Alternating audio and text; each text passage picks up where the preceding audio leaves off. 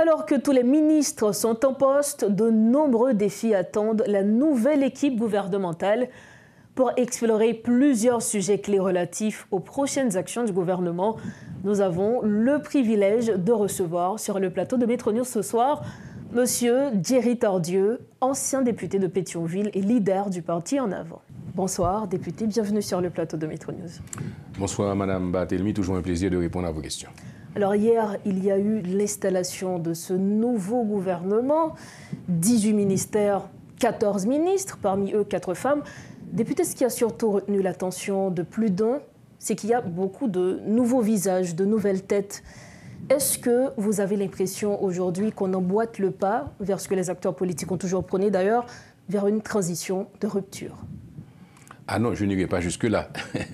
Nous qualifierons cette transition de rupture quand nous l'aurons réussi en nous assurant que nous aurons rétabli la sécurité, que nous aurons réformé la Constitution et que nous aurons réalisé des élections libres, honnêtes et démocratiques.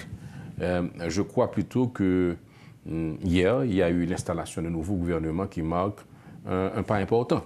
Et dans la transition qui a commencé, rappelons-le, le deuxième lundi du mois de janvier 2020.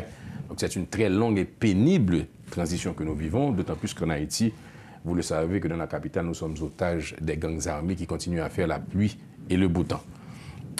J'étais moi-même présent et j'ai répondu positivement à l'invitation des services de protocole de la primature et de la présidence.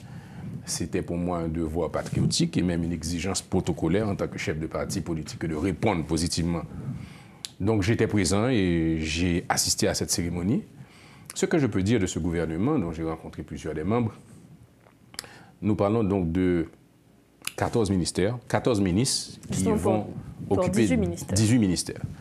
Et je pourrais déjà commencer par dire que je suppose que le bien fondé d'une telle décision était de réduire les dépenses au niveau de l'État. Et ce n'est pas le cas aujourd'hui? Je ne crois pas parce que les ministères existent toujours, les structures sont là, voyons-les les unes après les autres, puisque quels sont les ministères qui ont été jumelés? Nous avons d'abord Affaires étrangères avec le ministère des Haïtiens vivant à l'étranger. J'y reviendrai parce que je pense que le ministère des Haïtiens vivant à l'étranger est important. Nous aurions dû le garder pour une raison très simple. Ce n'est pas tant les ministères qui causent problème, mais souvent ce sont les ministres parachutés dans ces ministères qui ne font pas leur travail. Or, nous avons une diaspora importante et jumeler le ministère des Haïtiens vivant à l'étranger au ministère des Affaires étrangères est un risque et une gageure. Et je dis qu'elle est risquée. Et quel ministère devrait être jumelé selon vous? Très franchement, moi, je n'aurais jumelé aucun ministère parce qu'il s'agit d'une transition très très courte. Et comme j'aime souvent à le dire et à le répéter, ce n'est pas tant les ministères qui causent problème que les ministres qui ne répondent pas positivement ou favorablement aux attentes de la population et de la société.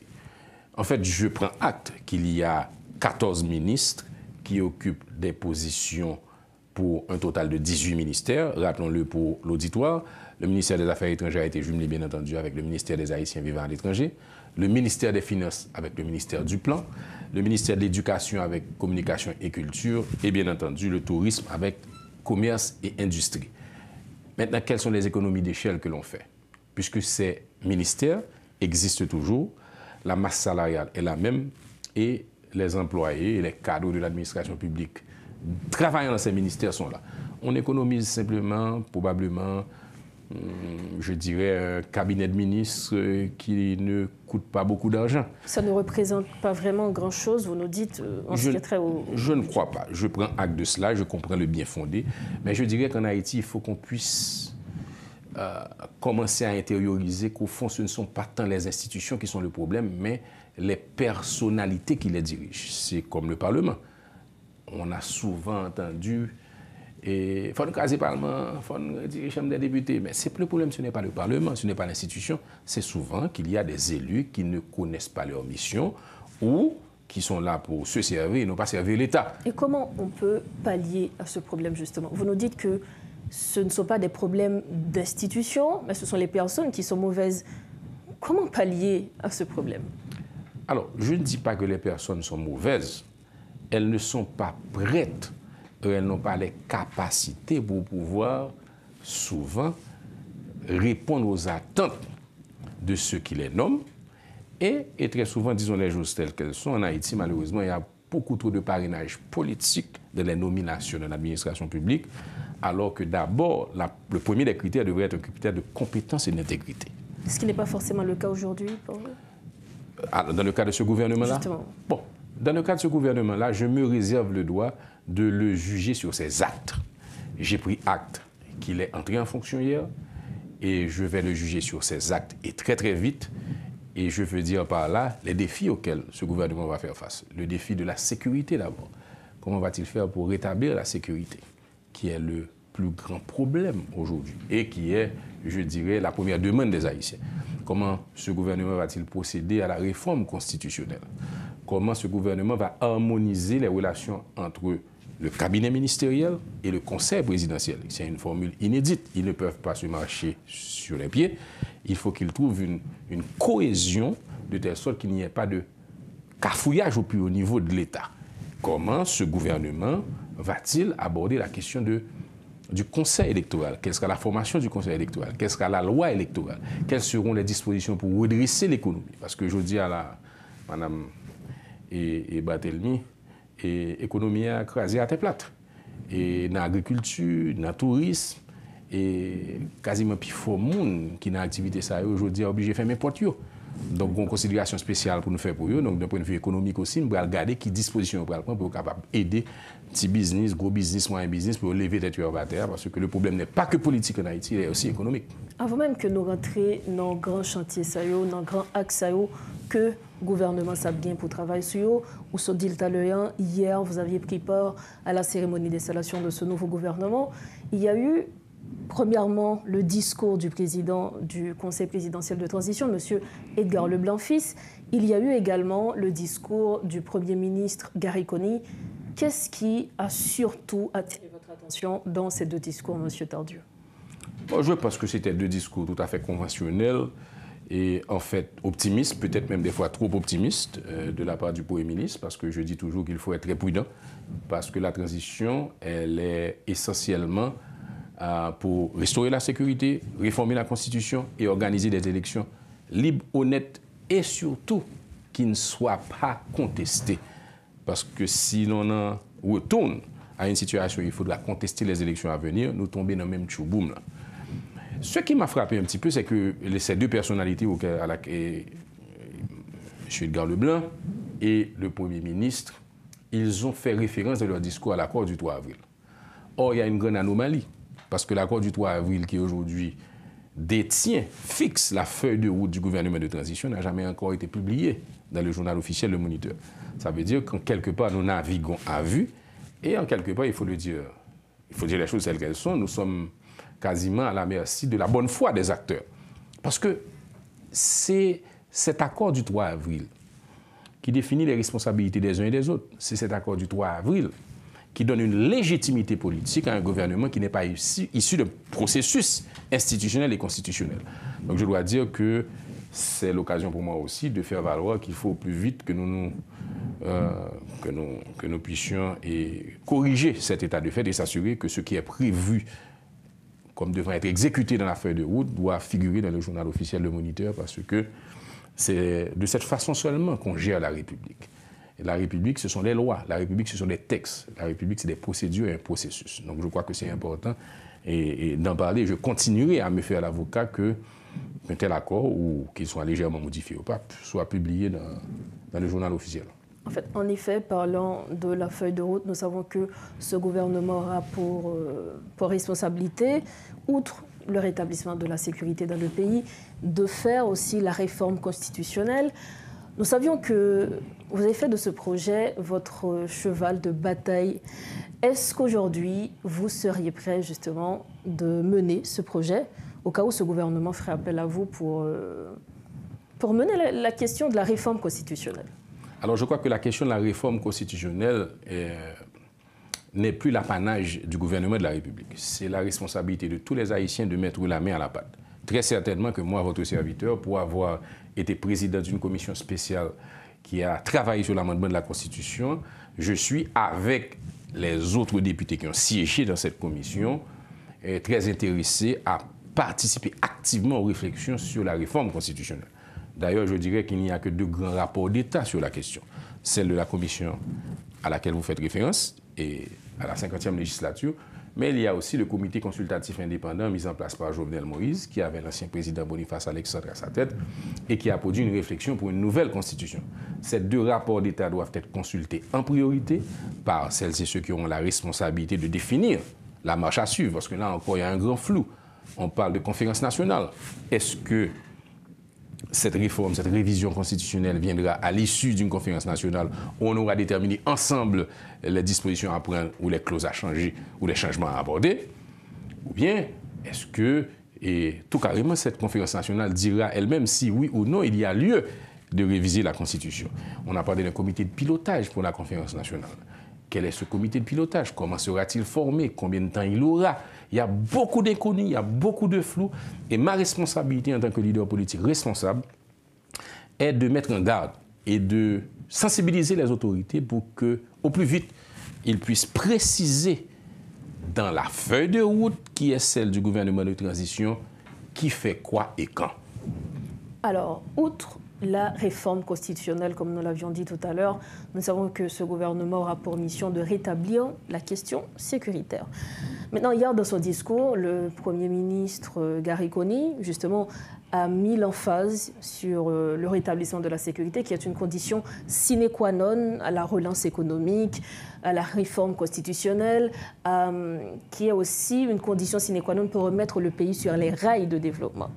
Maintenant, ce qui a étonné plus d'un, il n'a pas fait allusion à la mission multinationale qui devrait venir justement pour appuyer les forces armées d'Haïti, la police nationale d'Haïti, pour aider à résoudre ce problème. Est-ce que vous croyez qu'aujourd'hui, la PNH, avec 40% de corrompus, comme l'avait dit M. Leslie Voltaire, qui est conseiller présidentiel, et les forces armées d'Haïti pourront résoudre ce problème sans l'appui d'une force? Moi, alors d'abord, en réaction au discours du Premier ministre et à l'absence, je dirais, d'une prise de parole sur la question sécuritaire, j'ai été effectivement étonné parce qu'aujourd'hui, le problème principal haïtien est un problème de sécurité. En fait, je me rappelle qu'en 2006, je n'étais pas encore en politique. J'étais vice-président de la Chambre de commerce et d'industrie et le président élu René Préval à l'époque, qui partait à Washington, c'était son premier voyage d'État, mettait en place un comité mixte pour l'accompagner. Et étant donné qu'on faisait appel à des entrepreneurs, j'ai été choisi dans une liste de 4 entrepreneurs à l'accompagner. Et lorsque nous sommes arrivés, avant d'aller à la Maison-Blanche, dans une conversation informelle avec le président, il me dit, mais président, finalement, et qui sort pour le dire dans la Maison-Blanche comme priorité pour le quinquennat? Je dis, moi, j'ai une grande priorité pour le quinquennat. Sécurité. Nous sommes en 2006. C'est-à-dire, à l'époque, il n'y a pas de difficile là. Et déjà, à l'époque, la priorité des priorités était la sécurité. Je crois qu'aujourd'hui, le discours dominant chez les élites politiques, le discours dominant chez les autorités de la transition doit être celui de la sécurité. Et surtout des dispositions à prendre pour ramener la paix en Haïti. Et sur la question de la mission multilatérale, il y a beaucoup de flou. On parle d'un budget de 600 millions de dollars. Mais à date, qu'est-ce qu'on constate? C'est que sur ces 600 millions de dollars, les États-Unis, le plus grand bailleur, a promis après un engagement pour 300 millions. Il y a 200 millions qui sont en train d'être décaissés pour construire la base aujourd'hui au niveau de l'aéroport qui devrait accueillir ces troupes. Il y a 100 millions qui ne sont pas encore autorisés par le Congrès aux États-Unis. Et dans le basket fund des Nations Unies, la France a mis la main à la pâte, le Canada aussi, mais il n'y a pas beaucoup d'autres pays qui manifestent un intérêt à financer cette mission. Donc aujourd'hui, nous parlons d'une mission qui est hypothétique. Elle est hypothétique parce qu'il y a un bras de fer au niveau de la justice. Déjà, au Kenya. Mais elle est surtout problématique dans le sens qu'il n'y a pas encore un financement assuré de cette mission qui, je crois, est fondamentale dans le sens qu'elle viendra pour 2 raisons. D'abord, accompagner la police nationale pour restaurer la sécurité, notamment dans le combat contre les gangs qui aujourd'hui prennent Port-au-Prince en otage, prennent la zone métropolitaine en otage et qui pillent, qui tuent sans aucune autre forme de contrainte devant les yeux souvent passifs et ni de la police nationale, ni des autorités militaires. Donc ça, c'est un problème. Donc au fond, Et je crois ça c'est la première des choses.